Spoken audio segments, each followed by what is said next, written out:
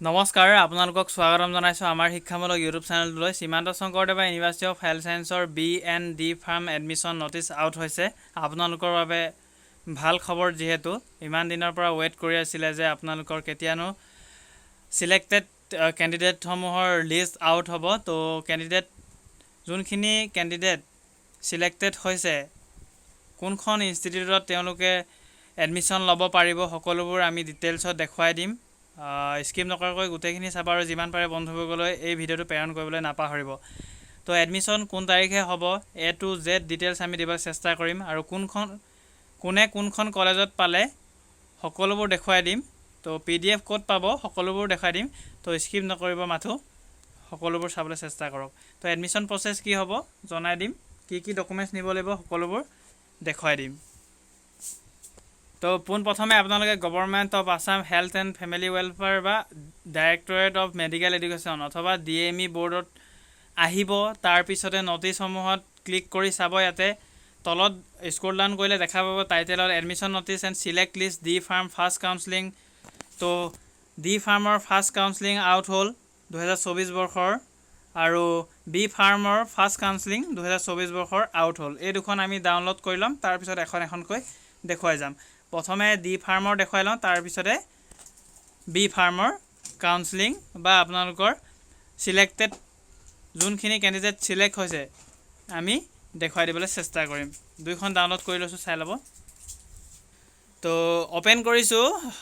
D ফাৰ্মৰ first year diploma in ফাৰ্মাসী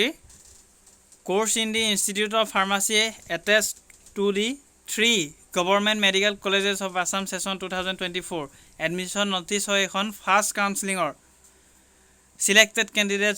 list ইয়াতে দিয়া হৈছে তো ইয়াতে চাই ল'ব first year diploma in pharmacy course in the institute of pharmacy attached to the 3 government medical colleges of Assam for the session 2024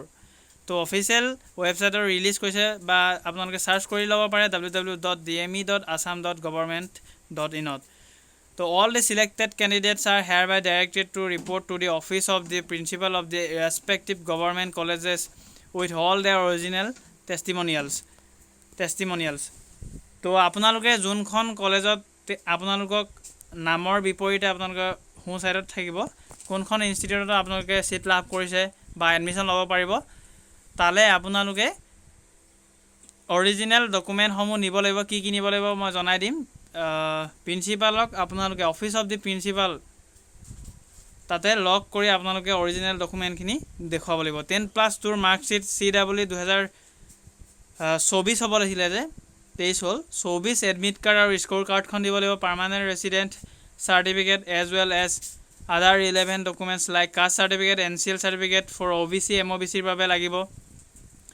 আৰু আপোনালোকে 2 আৰু 3 সেপ্টেম্বৰৰ ভিতৰত এডমিশন সমূহ লৈ ল'ব লাগিব যদিহে আপোনালোকে এই 2 আৰু 3 অথবা অহা কালি আৰু পৰখিলৈ যদি এডমিশন নলয় তেন্তে আপোনালোকে ক্যান্সেল হৈ যাব আপোনালোকৰ সিটটো তো এটা চাব candidates are to deposit the original admit cards marksheet pass certificate of SSLC and SSLC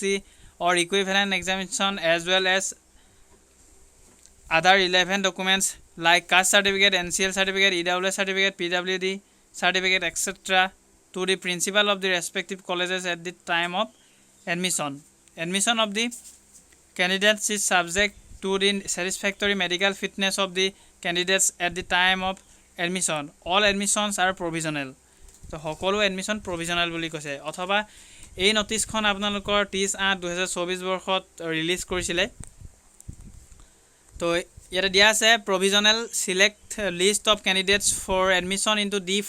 farm হয় আমি প্ৰথমে আলোচনা কৰিম তাৰ পিছত B farmৰ আলোচনা কৰিম তো ইয়াতে দিয়া আছে serial number 1 CW rank 5 ৰ পৰা ইয়াতে আৰম্ভ হৈছে name of the candidate Rihan উল্লাহ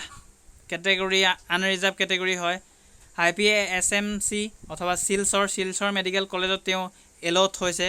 আৰু 2 নম্বৰটো উইথেল হৈছে নাম নাই কিন্তু উইথেল হৈছে ইউআৰ আছিল তেওঁ গুৱাহাটীত পাইছিলে হেখিনি চাই ল'ব গোটেইখিনি চাই ল'ব কিমান সিলেক্ট কৰিছে আমি প্ৰথমে চাম গোটেই ফাইলখন আপোনালোকে ডাউনলোড কৰি চাব নিজৰ নাম আছে নাই সকলোবোৰ টোটেল ইয়াতে 154 তো 154 সিলেক্ট হৈছে কিন্তু উইথহেল্ড বহুত আছে তো সেকেন্ড কাউন্সেলিং নিশ্চিত হ'ব আপোনালোকৰ সেকেন্ড লিষ্ট ওলাব বা আপোনালোকে কাউন্সেলিং আকৌ হ'ব তাত আপোনালোকে আবেদন কৰিব বা কাউন্সেলিংলৈ যাব লাগিব ফৰ্ম জমা দিবগৈ লাগিব তাৰ পিছত আকৌ আপোনালোকৰ সিলেক্টেড ক্যান্ডিডেট লিষ্ট ওলাব এইখন 154 টা ডি ফাৰ্মৰ যেহেতু সিলেক্টেড ক্যান্ডিডেট লিষ্ট ইয়াৰে বহুত কেটা ধৰক 20-30 টা মানটো উইথহেলে আছে আৰু বহুতেটো বেলেগত এডমিশন পালে নহলে বেলেগ কোৰ্স কৰিবলৈ গুছি গল ইয়াতে বহুতো সিট খালি হ'ব পিছলৈ আপোনালোকে চিন্তা কৰিবলৈ কোনো কথা নাই সেকেন্ড কাউন্সেলিং হ'ব তো এতিয়া বি ফাৰ্মলৈ গৈ লওঁ আৰু 2-3 ৰ ভিতৰত 2 তাৰিখৰ ভিতৰত যদি আপোনালোকে এডমিশনটো নলয় অথবা যোনখন কলেজৰ বিপৰীতে আপোনালোকক মাতিছে ইয়াতে চাব ৰকিবুল ইছলাম ইয়াতে তেওঁ শিলচৰত এলট হৈছে শিলচৰত গৈ তেওঁ যদি এডমিশনটো 2 আৰু 3 তাৰিখৰ ভিতৰত নলয় তেন্তে হেই সিটটো কেনসেল কৰি দিয়া হ'ব ৰকিবুল ইছলামৰ বিপৰীতে তো তেওঁ সিট নাপায় আৰু নেক্সট টাইম তো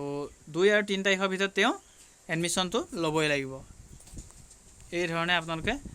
হ'ব তো এতিয়া বি ফাৰ্মৰ চাব তো বি ফাৰ্মৰ নটিছখনো ঠিক একে ধৰণে হয় তো ফাৰ্স্ট ৰাউন্ড অফলাইন কাউন্সেলিং হ'ব যোনটো হৈছিলে তো ফাৰ্স্ট ইয়াৰ বি ফাৰ্ম কোৰ্সৰ বাবে আপোনালোকৰ যেহেতু সিলেক্টেড বা সিলেক্ট কৰিছে ক্যান্ডিডেটসমূহ যোনসকল ক্যান্ডিডেটক সিলেক্ট কৰিছে তেওঁলোকে 2 আৰু 3 সেপ্টেম্বৰৰ ভিতৰত এডমিশনটো লৈ ল'ব লাগিব যদিহে এডমিশনটো 2 আৰু 3 তাৰিখৰ ভিতৰত নলয় তেন্তে আপোনালোকৰ কেনসেল কৰি দিয়া হ'ব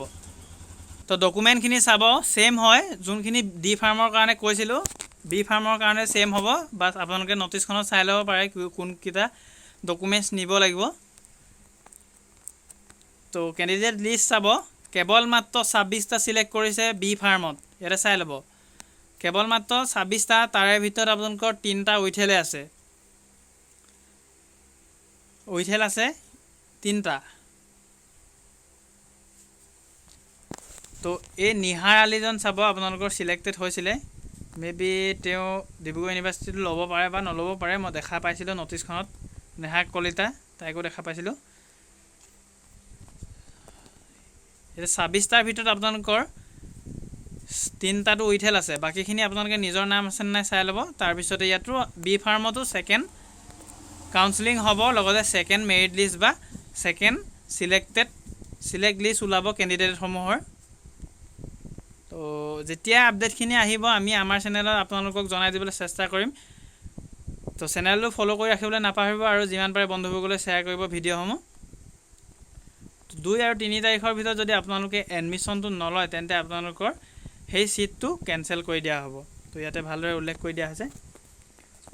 তো এয়া আছিল আপোনালোকৰ আপডেট বি এণ্ড ডি ফাৰ্মৰ এডমিশনৰ ৰিলেটেড তো আশা কৰিছো সকলো বুজি পালে তো যদি কিবা কোৱেশ্চন থাকে তেন্তে কমেন্ট সেকশনত জনাব আৰু যদি আপডেট আহে তেন্তে নেক্সট ভিডিঅ'ত জনাই দিম ধন্যবাদ